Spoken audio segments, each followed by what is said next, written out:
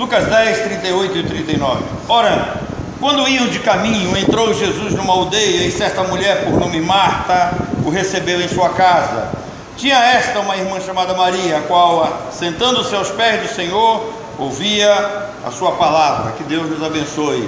As histórias de Marta e Maria em Lucas 10, 38 a 42 devem nos chamar a atenção para as prioridades da nossa vida.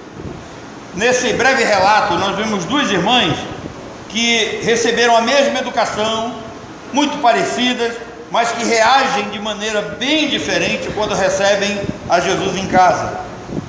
Enquanto Marta se ocupa com os afazeres, aquelas obrigações domésticas, Maria escolhe sentar-se aos pés do Senhor Jesus para ouvi-lo.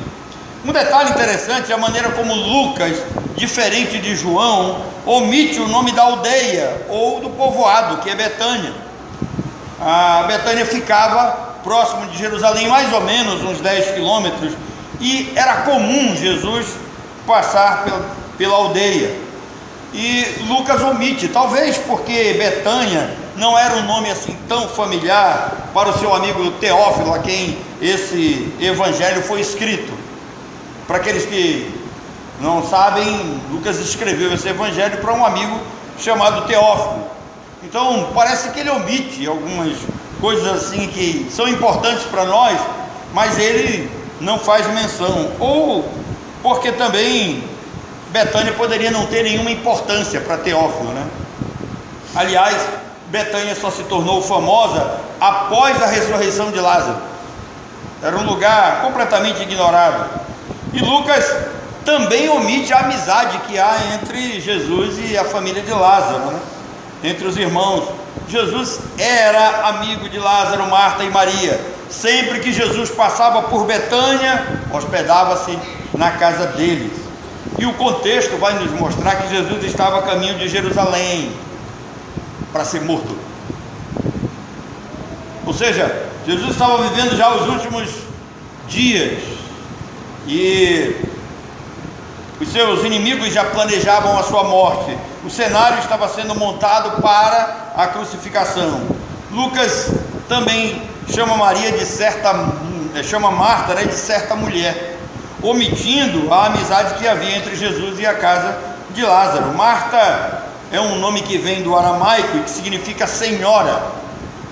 E nós sabemos que ela era a irmã de Lázaro e de Maria, mas nós não sabemos se ela era viúva ou se era casada. Mas o texto faz questão de afirmar que ela era uma espécie da dona da casa. Possivelmente ela era responsável pela casa. O verso 38 vai indicar isso, quando diz que Jesus foi recebido em sua casa. Então por isso ela se preocupa com a refeição para Jesus. Agora é bom lembrar que Jesus não andava só. Além de Jesus, tinha os 12, possivelmente tinha sempre mais um ou outro ali agregado, né, seguindo. E Marta preocupou-se em hospedar-se, em dar o melhor. Marta se preocupou tanto que deixou Jesus na sala aos cuidados dos demais. Marta é a figura do discípulo ativo, que procura agradar, servir, fazer o melhor para o seu mestre. Eu não vejo problema nenhum nisso, apesar de que as prioridades na vida devem ser outras. A hospitalidade, a qual Marta apresenta, era uma virtude essencial na cultura judaica. Receber visitantes tinha algumas obrigações. Oferecer-lhes comida e descanso era um dever quase que sagrado, baseado em exemplos que já vêm desde o Antigo Testamento. Por exemplo, Abraão, vocês sabem que como Abraão recebeu aqueles 3 entes divinos, né? Houve a preparação de alimento, a recepção de qualidade. A viúva de Serepta, quando recebe Elias, né? Interessante. E a sunamita com relação a Eliseu. Marta, seguindo a tradição, então, ela se apressa em servir, enquanto Maria fez algo inesperado para a época. Ela senta-se aos pés de Jesus para ouvi-lo, para aprender do Senhor. E Jesus diz que Maria escolheu a melhor parte. Agora, por que Maria desejava aprender mais de Jesus? A gente vai dar uma olhada assim na história de ambas, né? E nós vamos descobri que Maria era nova convertida e ela precisava ser doutrinada, ela precisava aprender mais. João diz que Maria é a pecadora que ungiu Jesus na casa de Simão, lá em Lucas, no capítulo 7. E o bálsamo que Maria usou era algo caro, fruto do pagamento que ela recebera como prostituta. Acredita-se que o que ela derramou sobre Jesus valia em torno de 300 dias de trabalho. Ela derramou todas as suas economias, e aqui tem uma lição para nós. É como um sinal de um novo recomeço da vida, é como se ela entendesse que todo aquele lucro ganho seria de forma ilícita, e ela gostaria de começar uma nova vida, ganhar novas condições de sobrevivência ou de viver, e ela acaba se livrando disso. Mas 300 dias de trabalho era muita coisa, tanto é que alguns discípulos ficaram surpresos com relação a isso. Mas Maria, ela vai mostrar um detalhe para nós aqui, que é a questão da consagração. Aquele que verdadeiramente se consagra para o Senhor não mede esforço. E mais, vamos ver que recentemente eu falei para vocês que a oferta que agrada a Deus, ela deve custar caro, deve pesar no nosso bolso. Nós devemos refletir verdadeiramente aquilo que vamos colocar no altar do Senhor. Não se esqueçam que Deus, quando Deus pediu a oferta de Abraão, pediu o que Abraão tinha de mais importante naquele momento da sua história. Então, a primeira coisa que nos leva a pensar aqui é que Maria era alguém que precisava ser ensinada, doutrinada, então ela procura aprender do Senhor. Parece que Maria estava pensando já, sendo alertada que Jesus estaria vivendo os seus últimos dias ali. Em segundo lugar, porque aquela era uma oportunidade única. Maria, então, como eu lhes disse, talvez ela estivesse aproveitando ali aquele momento, ela não saberia se teria uma outra oportunidade, então ela queria ouvir de Jesus. Agora, quantos de nós não gostaria de ouvir de Jesus? Quantos de nós não gostaria de fazer perguntas para Jesus? Eu tenho tanta pergunta para fazer para ele, e vocês nem imaginam, né? Da predestinação à dispensação. Teremos muita coisa para conversar lá, muitas coisas que eu gostaria de interrogar a Paulo, a Pedro. Então aquela era uma oportunidade única. E que tal se você pensasse que se esse fosse o último culto da sua vida, certamente você faria o melhor, daria o melhor de si, e essa fosse uma oportunidade única. Jesus disse então que ela escolheu a melhor parte, ou seja, aprender com o mestre é sempre a melhor parte da vida, coisa que nos nossos dias não se dá muito valor, né? Hoje em dia é melhor você pegar um celular e acessar algum tipo de informação do que você gastar tempo com as escrituras. Maria entendeu que valia mais que a pena, valia o prazer de crescer na graça e no conhecimento de nosso Senhor e Salvador Jesus Cristo. Marta, entretanto, apesar de preocupada com os afazeres, e nós às vezes criticamos Marta por isso, mas quando eu fixo o meu olhar teólogo sobre as narrativas sobre a vida dessas duas mulheres, eu vejo que Marta era uma cristã madura. Ela não era tão infantil quanto nós pensamos, não. Marta sabia das coisas básicas da fé cristã. Onde é que nós vamos descobrir isso? Marta, ela era uma mulher doutrinada, conhecedora das coisas do reino. Gente, é coisa rara hoje em dia, hein?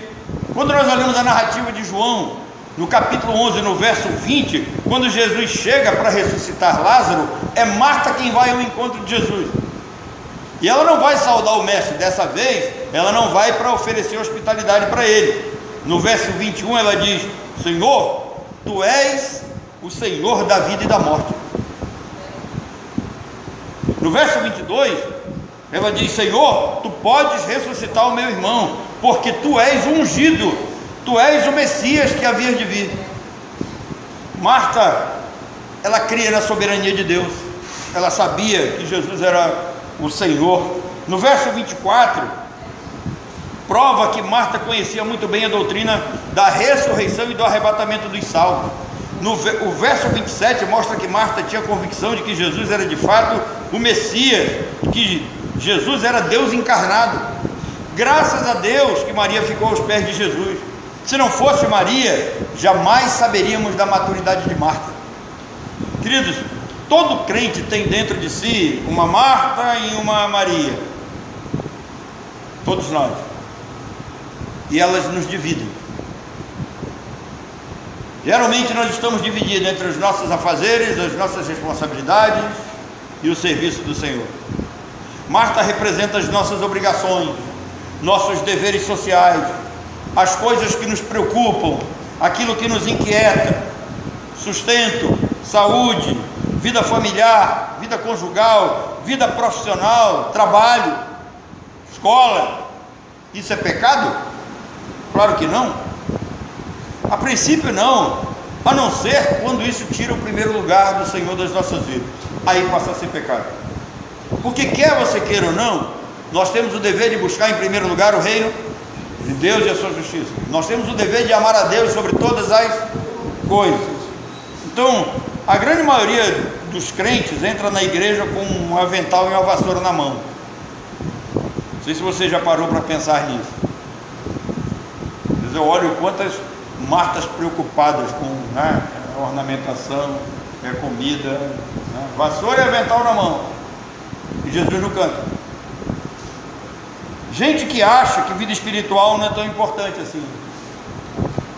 O domingo, Maria sabe que é o dia do Senhor, e Maria quer ir para a igreja, mas Marta diz: hoje não, nós temos tanta coisa para fazer, tanta coisa para resolver, deixa para quinta-feira.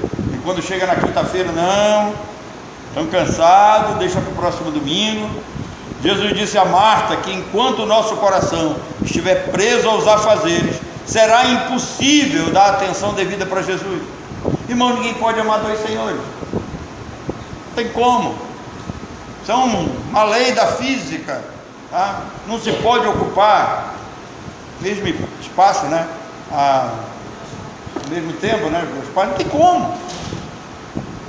Tem um corpo físico que não pode ocupar dois espaços ao mesmo tempo, não tem como. Então Jesus vai dizer, que nós não temos como amar dois senhores. Um dos dois vai sair chateado, vai sair ferido. O crente foi chamado para servir a Jesus. Nós não vamos ficar aqui para sempre. E Maria, parece que ela tem essa informação, ela sabe que não vai ficar para sempre aqui. As coisas terão um fim. As coisas vão ter um fim. Deus vai nos chamar, e essas coisas que nós damos tanto valor vão ficar aqui. Outros vão gastar aquilo que você ajuntou. Eu vou repetir: aquilo que você ajuntou com tanto sacrifício, guardou, você vai partir e vai ficar aí. Outros vão gastar. Outros vão usufruir do que você construiu. Vão comer o que você plantou. Coisa que você cuidou tanto, com tanto afinco, com tanto cuidado como Marta, vai ficar tudo aí. Eu espero que você tenha identificado a melhor parte. Esse ativismo de Marta, ele é prejudicial. O ativismo de Marta é prejudicial. Os afazeres sempre vão estar diante de nós. Nós não vamos poder fugir deles. Nós acordamos, os afazeres de casa estão ali. Nós saímos, eles ficam. Nós chegamos, eles nos recepcionam. Não tem como. O avental e a vassoura da Marta sempre vai exigir a nossa presença e a nossa dedicação. Porque os afazeres, eles se renovam a cada dia. Marta e Maria aparentemente são iguais, mas a presença de Jesus na vida delas mostra a diferença. Marta e Maria é uma duplicidade em contraste muito utilizada nas escrituras.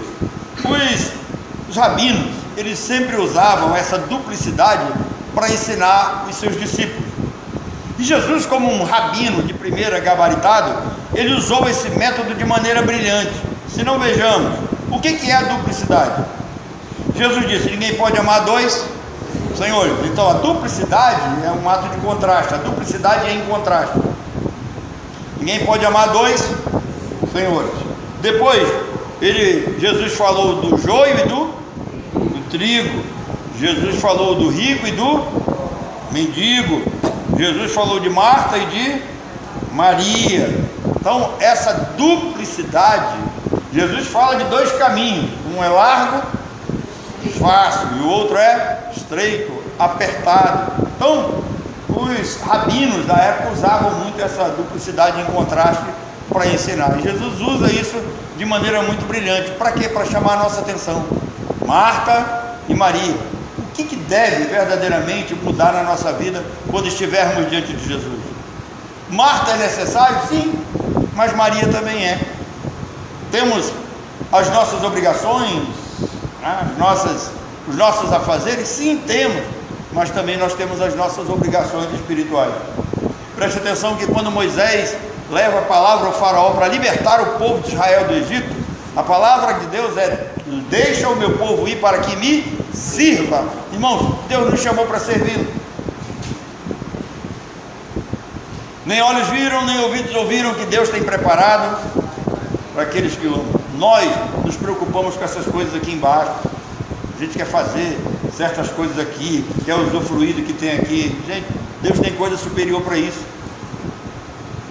Inimaginável, incomparável. Tem uma música do coral que a gente canta, que é incomparável, né? Lembra? Então, eu quero terminar dizendo que para você seguir a Cristo, você tem seus desafios. E aí precisamos lembrar que aqueles que com lágrimas semeiam vão colher com júbilo e com alegria, né? Seguir a Cristo exige renúncia daquilo que é terreno, para herdarmos o que é celestial. Seguir a Cristo exige fidelidade. Seguir a Cristo exige fé, exige crer na Bíblia como palavra de Deus, plena e inerrante. Vou colocar algumas lições práticas aqui. Primeiro, os afazeres são importantes, mas eles não devem ser os nossos senhores. Os nossos afazeres são importantes, mas eles não devem ser os nossos senhores. Eles não devem determinar a nossa vida. Eles não devem determinar o que vamos realmente fazer para Deus. Segundo lugar, Paulo vai dizer uma coisa importante para nós: se a nossa vida se resume em termos de atenção para as coisas desse mundo, nós somos as pessoas mais infelizes. Por quê? Porque nós impomos para nós mesmos uma rotina infeliz. A gente come para trabalhar e trabalha para comer, come para trabalhar e trabalha para comer. Um projeto de vida que não passa do prato até a boca, não passa disso.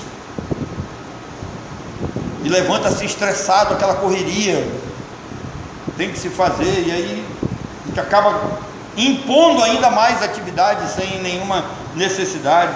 Então Paulo diz: olha, se a sua vida se resume nisso, correr estressantemente trabalhando para comer, tentando guardar, angariar, ser rico, deixar alguma coisa aí, você vai embora. Eu nunca esqueço dos meus amigos. Eles diziam: Denir, eu estou quase pronto para dar uma parada de trabalhar para ir poder pescar. Eu falei: eu faço isso sem ser rico. Se você for esperar ser rico para você ir pescar, você nunca vai ser rico. Se você for esperar ter um tempo verdadeiramente livre para você ir passear com a família, você nunca vai fazer. Então Paulo diz que essas coisas que nos prendem aqui, se elas determinam as nossas vidas, se são nossos senhores, nós somos as pessoas mais infelizes, porque vamos continuar acordando cansados, vamos continuar correndo estressados e não vamos poder resolver tudo. E tudo aquilo que angariarmos, que construirmos, vai ficar aí. Terceiro lugar, Marta se ocupa em servir, enquanto Maria se preocupa em ouvir. As duas têm essa lição aqui básica para nós. Servir é importante, servir faz parte do reino, servir faz parte da nossa vida, mas ouvir também, aprender do Senhor, é necessário. Senão nós vamos viver como crianças a vida toda, precisando que alguém nos ensine o genuíno leite natural.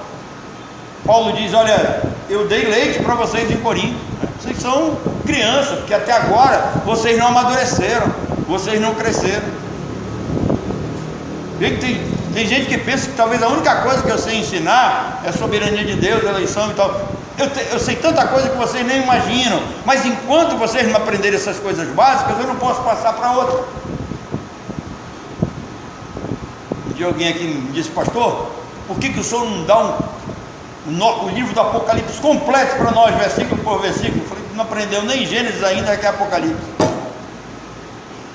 Nem começou. Não, e aí eu fiz uma pergunta: os dias de Gênesis, eles eram dias de 24 horas ou eram iões? Eram milhões de anos? Não sei, não sabe nem. O Gênesis já quer saber Apocalipse. Dá para entender. Então é necessário ouvir. Quarto lugar, o contraste revela duas posturas diante da presença de Cristo. Ou seja, quem é Jesus na sua vida? Se você colocasse Jesus na sua frente, diante de você, como você se comportaria? Como Marta ou como Maria, ou você teria uma dosagem para fazer isso? É necessário dosar o tempo, é necessário pensar, colocar as prioridades na vida. Quinto lugar, Marta, preocupada com muitas coisas desse mundo, coisas que vão ficar aí, enquanto Maria está preocupada com as coisas do alto. E há uma recomendação para buscarmos essas coisas do alto, lembra? Quando o apóstolo Paulo diz: pensai nas coisas lá do alto, buscar as coisas lá do alto, onde Cristo vive. E por que as coisas lá do alto? Porque tudo isso aqui, um dia, está entesourado para o fogo, vai ser destruído, não tem como. Sexta lição, Marta representa o zelo pelo serviço. É necessário ter zelo? Sim. É necessário ter cuidado? Sim. Maria representa aqueles discípulos que querem seguir Jesus de perto. Estar aos pés significa desejar aprender, desejar seguir os passos, é colocar-se como aquele que é submisso ao seu Senhor. Sétima lição, a prioridade deve ser sempre a comunhão com Cristo. A comunhão com Cristo deve estar acima das obrigações desse mundo. O que você faz pela manhã quando você acorda? Quando você abre os olhos, isso alguém me falou, não? Qual a primeira coisa que você faz pela manhã? Você abre os olhos? Não, o seu cérebro acorda primeiro que os seus olhos. Mas o que você faz de manhã cedo? Qual a primeira coisa que você ouve? O que você dá aos seus ouvidos? O que você busca? Então a prioridade deve ser sempre a comunhão com Cristo. Do mesmo modo, a gente poderia manter uma comunhão com Ele ao deitar, seria bom manter a comunhão também ao levantar. Se você ora ao deitar, ore ao acordar. É interessante que vocês nem imaginam aqueles quadrinhos de bom dia, o quanto eu recebo por dia. Eu não consigo responder porque é muita gente. Se eu fosse responder cada um, ficava o dia todinho no celular.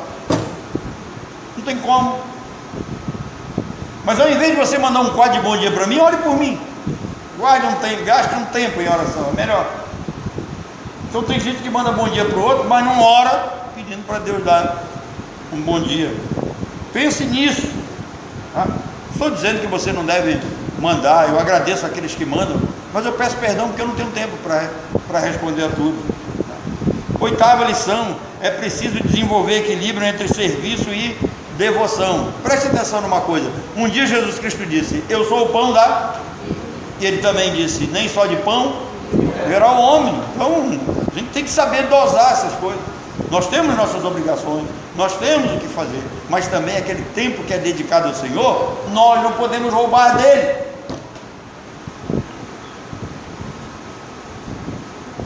Deus lhe dá 6 dias durante a semana. Você ainda usa o dele. Tem muita gente empolgada aí agora dizendo: agora a gente vai trabalhar menos, né? Vai ter diminuição da carga horária de trabalho, eu vou ter mais tempo. Não vai não. Vai não, olhe lá se você não perdeu o seu emprego. Nona lição: Jesus não condena as nossas obrigações sociais de maneira nenhuma, o nosso serviço, mas Jesus condena a inversão da prioridade. Jesus sabe que é necessário comer, e tem mais. Talvez ali naquela época não tinha um restaurantezinho perto, não tinha uma lanchonete, né? Não tinha um supermercado para você comprar um bife lá e fazer na hora. muita gente. Então, ele não está criticando as nossas obrigações sociais, mas nem o nosso serviço, mas a inversão dos valores. Nós devemos buscar em primeiro lugar ele. 10ª e última lição: o chamado é para servir com o coração centrado em Cristo, sem perder o foco da palavra. Vamos realizar os serviços? Sim. Vamos fazer nossas obrigações? Sim. Mas vamos manter a nossa mente centrada na palavra. Às vezes um dia me perguntaram como é que eu conseguia decorar muito texto bíblico, se eu passava o meu dia e às vezes parte da noite na Philips, da Amazônia. Falei, simples. Todos os dias eu colocava um texto no bolso. Enquanto eu estava trabalhando de 10, meia hora, em 1 hora, eu tirava aquele texto e lia. No final do dia eu tinha uma porção da palavra decorada. Muitos de nós não conseguem fazer isso, porque está preocupado com as fofocas da Sônia Abrão, negócio lá, né? Já desse eu fui fazer uma visita para uma irmã e ela falou em alta voz: vê se já está na hora da minha novela. Eu entendi a mensagem, né? Irmão, tchau.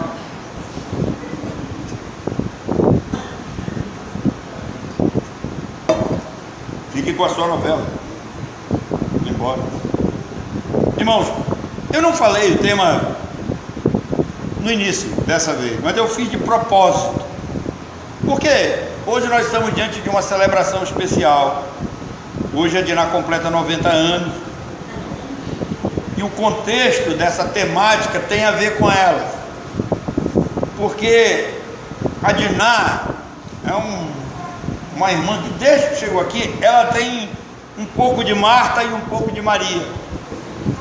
Então, se você me perguntasse qual é o tema dessa mensagem, eu diria para você: Diná, um pouco de Marta e um pouco de Maria.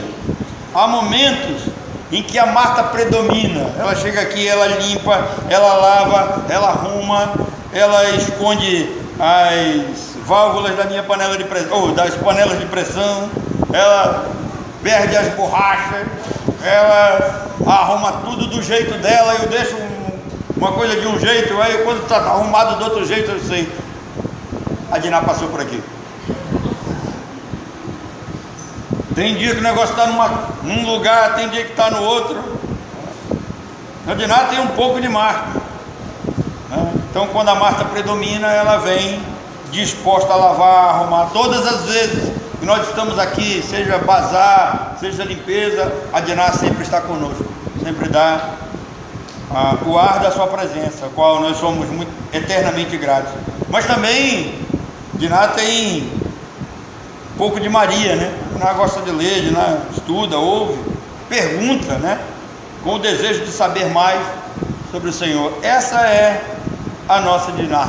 Que essa máxima, minha irmã, minha querida irmã, seja o restante da sua vida, que acompanhe a sua vida, que você continue servindo ao Senhor, você continue aprendendo do Senhor, que a sua vida seja sempre voltada não só para o serviço, né?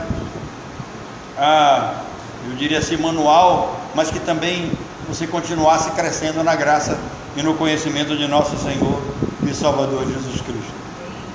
Que Deus te abençoe. Amém?